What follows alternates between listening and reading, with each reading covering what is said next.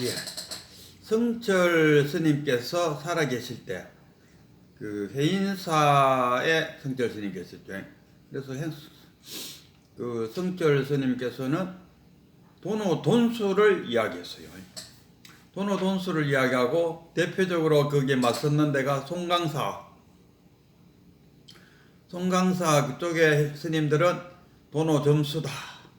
왜 그러면 그쪽에는 진울부터 해갖고 쭉 진울도 점수를 이야기했거든요. 그러니까 그 진울 제자들인 그 송강사에서 돈수는 아니다. 그리고 그 이후로도 많은 학자들은 스님들도 그렇고 점수지 돈수는 아닐 것 같다 하는 쪽으로 많이 가요.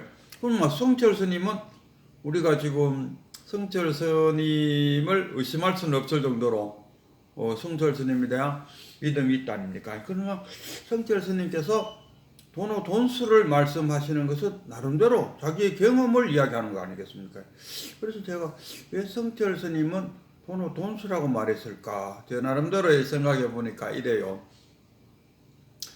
성철 스님께서는 뭐 여기 파괴사 그 뒤에 그 동굴에 들어가고도 뭐 6년인가 나오지 않고 공부하고 어쩐 대학자 아닙니까? 아무래도 뭐 법문 이런 거에 대해서는 훤하게 깨고 있다 아닙니까? 백일법문 거기에서도 뭐 훤하게 깨고 있다. 그게 불법을 아신다. 그러니까 근기로 이야기만 상근기. 정말 더 이상 그 불법을 닦을 것도 없고 더 받아들일 게 없다 아닙니까? 84,000 법문이 머릿속에 훤하고 하니까 아마 제 생각에는 돈수가 되어 있는 상태에서 돈으로 해버렸다. 우리 같은 사람은 저는 저를 기준으로 했을 때 저는 그 돈수 했을 때 저는 점수 행인데 저는 근기가 하근기였어요. 우리 큰 스님의 표현대로 하자면은 유치원생보다도 못한 근기를 갖고 있었어요. 그러나 낮은 근기에도 견성은 일어납니다. 근기가 낮아도 근기가 낮아도 견성은 일어났어요. 그래서 돈어는 한 방에 탁 돈어가 됐어요. 견성은 됐는데 돈수는 요원하죠. 그래서 아마 성철 스님께서는 돈수가 된 상태에서 돈어를 하셨다. 그럼 돈어를 또 하고 나니까 돈수입니다. 더 이상 깨칠 게 없어요. 그러니까 성철 스님은 자신의 경험담으로 돈수다 하지 않았을까 이런 생각이에요. 우리 지금 제가 하고 있는 게 임재어록인데 임재선사는 이렇게 본문을 펼치다가 지금 내 말을 듣고 나를 보는 자, 그 자가 바로 무의진인이다. 근데 그 무의진인 하는 그 말에 또 거기에다가 의식을 딱 해버리면은 생각이 들어가 버리면은 아상이 올라 버리죠. 그러니까 생각이 없는 상태 그냥 편안하게 그 큰 스님이 설법을 할 때 그냥 듣고 있을 때 듣고 그렇게 강의하시는 그 스님 얼굴을 보고 듣고 하고 있는 그 사이는 뭡니까? 참나가 작용한다.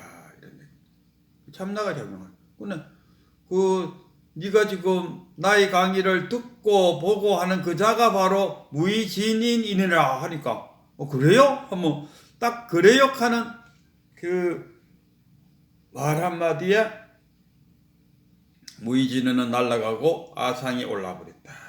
우리는 일심 속에 아상과 참나가 있다 이런 이야기입니다. 아상 하나 있고 참나 하나 있고 마음이 두 개가 아닙니다. 마음은 하나 일심 속에서 참나와 아상이 갈라질 뿐이지.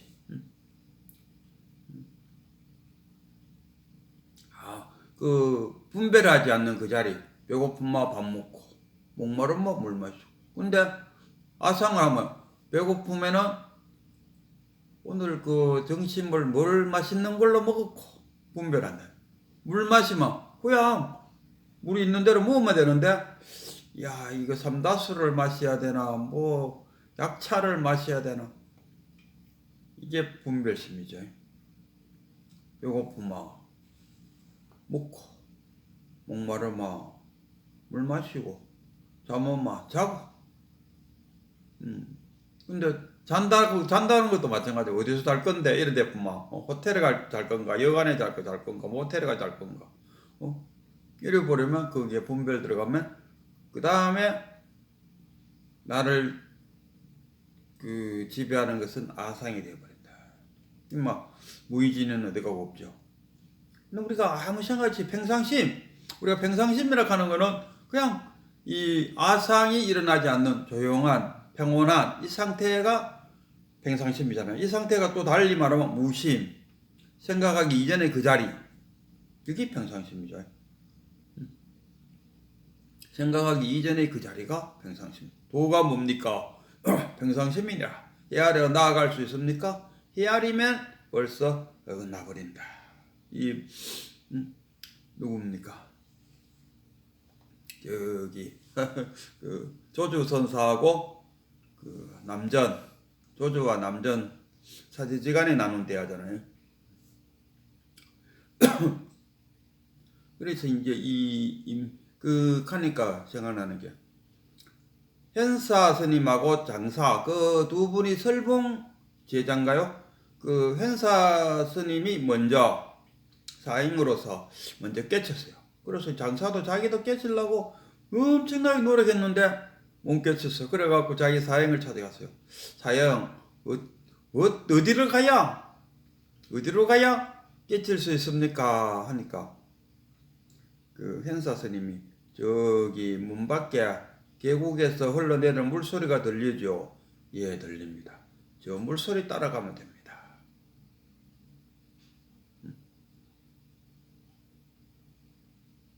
방향이죠.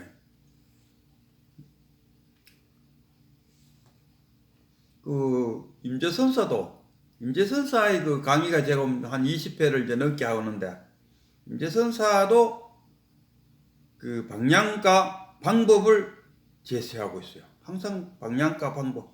임재선사의 강의는 또 그 부산에 있는 진재스님도 뭐 하한거나 동한거 매월 첫날을 뭐라죠? 그때 법문하시는 거 보면 한결같습니다. 뭐 10년 전에 강의나 지금 강의나 불법이라고 법문이라 그러나 설법, 10년 전에 설법이나 지금 설법이나 한결같습니다. 주전자를 일자로 쫙 밀다 아닙니까? 쫙 밀고 쿵 한다 아닙니까? 보았느냐? 쿵 들었느냐? 보고 들었으면 그 누가 보고 들었느냐 이 말이에요. 누가 보고 들었지? 보고 듣는데 아무런 분별심 없이 그냥 보고 들었다 아닙니까? 그냥 이렇게 툭 하니까 보였어요. 쿵 소리가 그냥 들렸어요. 생각하고 들은 것도 아니잖아요. 이렇게 주정자를 내밀었을 때 생각하고 주정자를 바라보진 않았다 아닙니까? 그러니까 김재선님이 툭 보여주고 쿵 했다 아닙니까? 왔느냐? 들었느냐? 그러면 보고 듣는 그 자가 누구냐?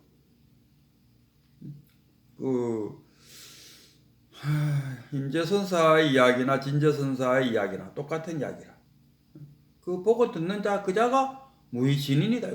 거기서 톡 깨집으면은 더 이상 이야기할 게 없다. 그러니까 이제 못 깨치니까 또 진재스님은 옛날 그 선사들의 선문담 이야기를 쭉 한다 아닙니까? 뭐 예를 들어 갖고 남전이 고양이 한 마리를 붙들고 일러라 한마디 이러면은 이 고양이 살리겠다. 근데 못 이러니까 막 칼로 고양이를 찹뚝 잘라버렸다. 그 절간에서 어떤 그런 일이 벌어지겠습니까? 그냥 그런 일이 있다 하고 생각하면 되죠. 그러고 보니까 우리가 임재선사는 불법을 익혀서 불성이 일어나는 거. 아이고, 어느 큰 스님이 여름에 부채질을 이렇게 하고 있으니까 어느 제자가 와서, 아니, 처처에 온데 다, 바람인데, 굳이 부채로 바람을 일으킬 걸 뭐 있습니까? 하니까, 이 말대로 처처의 바람이지만은 내가 부채를 일으켜서 작용이 일어나도록 해서 그 바람이 나를 시원하게 만들고 있다. 그냥 내버려두면 바람은 지멋대로 불어갖고 내하고는 아무런 관계가 없지 않는가. 비록 선문답에 바람을 이야기했지만은 실제로 나누고 싶은 이야기는 뭡니까? 불성과 불법을 이야기하는 거죠. 그 부처님도 그러잖아요. 모든 중생에는 불성이 있다 했어요. 그러면 다 불성이 있지만 우리가 그 불성을 못 느낀다는 거. 그 불성을 느끼게 하는 것이 뭐냐? 불법을 깨뜨려야 된다. 불법을 배워야 된다. 그리고 불지견을 가져야 그 불성이 작용하는지를 안다.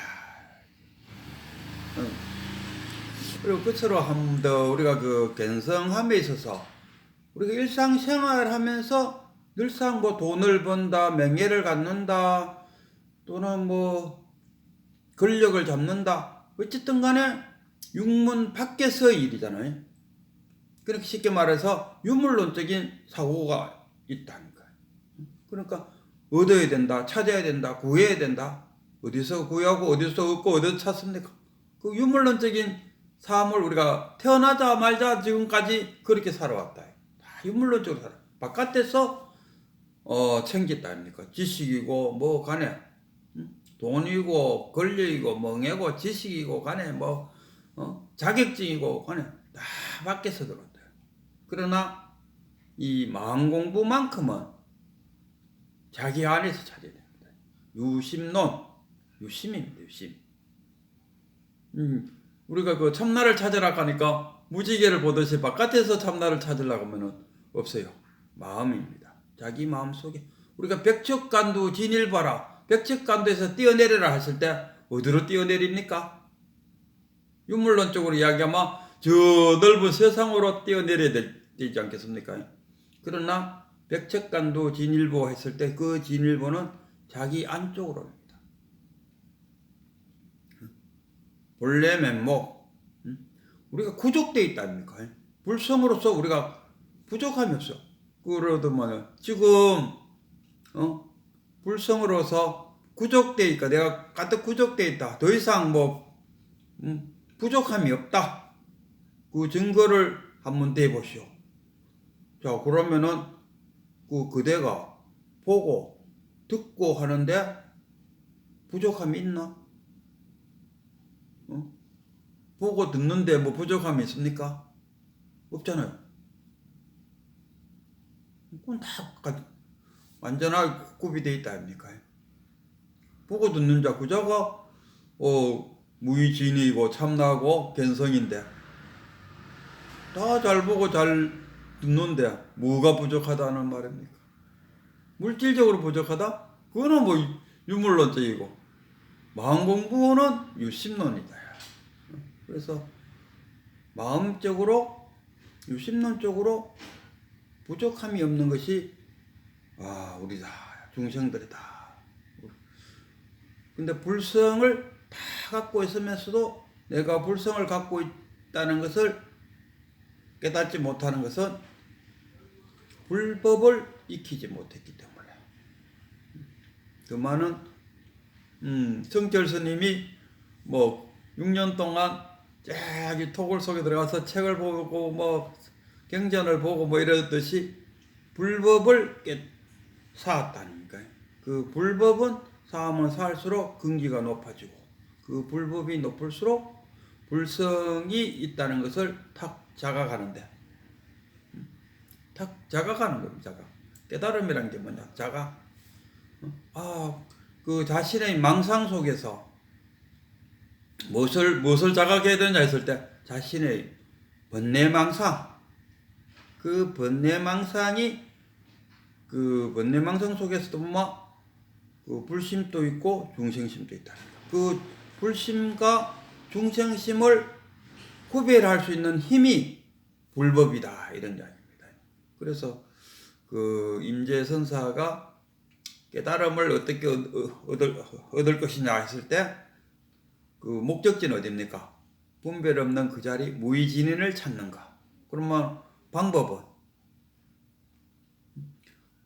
불법을 익히세요. 불법이란 게 뭐냐? 자연의 이치죠. 불법. 부처님이 나는 불법하기를 부처님이 그 49년 동안 말씀하시는 것이 불법이라 했는데 그게 아니고 자연의 이치. 물이 위에서 아래로 흐르고 팽팽하고 또 열이 과해지면은 수증기가 되고 또 수증기 쌓이면은 비가 되고 다시 강물을 흐르고 이 자연의 이치가 뭐냐? 이게 불법이다. 이 자연의 이치를 배워야지. 그 사법을 배운다든가 외도를 배우면은 그 깨달음하고는 역길로 가버립니다. 항상 정법, 그 자연의 이치를 익히고 그 자연의 이치, 그러니까 불법의 힘으로 불성을 이룬다. 뭐 이렇게 말씀드릴 수 있겠네요.